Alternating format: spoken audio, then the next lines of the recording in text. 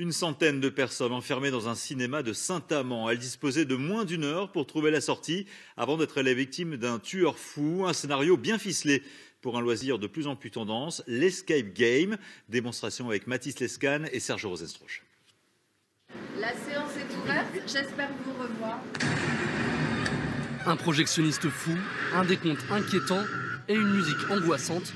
Le décor est planté. Oui, les pièges que je vous ai tendus en moins de 30 minutes. Les deux équipes de 10 joueurs n'ont pas d'autre choix. Elles doivent réussir cet escape game.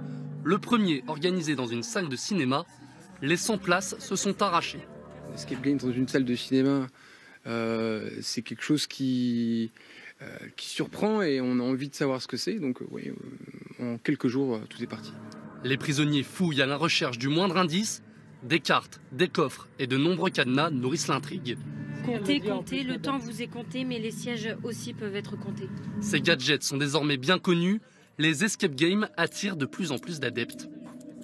C'est un divertissement qui force les joueurs à laisser leur téléphone, on va dire à abandonner les technologies et puis à se déconnecter, justement, pour se parler, pour communiquer, pour revenir à la base.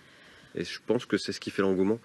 Pour sortir du piège, une seule solution, la cohésion. Alors certains joueurs prennent les commandes. Donc G16, H19, H15. J'en ai déjà fait 3. Ce qui était différent, c'est que c'était une grande salle. Et donc du coup, pour chercher les indices, c'était plus difficile, même si on était plus nombreux. Le décompte approche de la fin et personne n'est sorti. Les participants tentent le tout pour le tout, mais pour cette première session, impossible de désamorcer la bombe.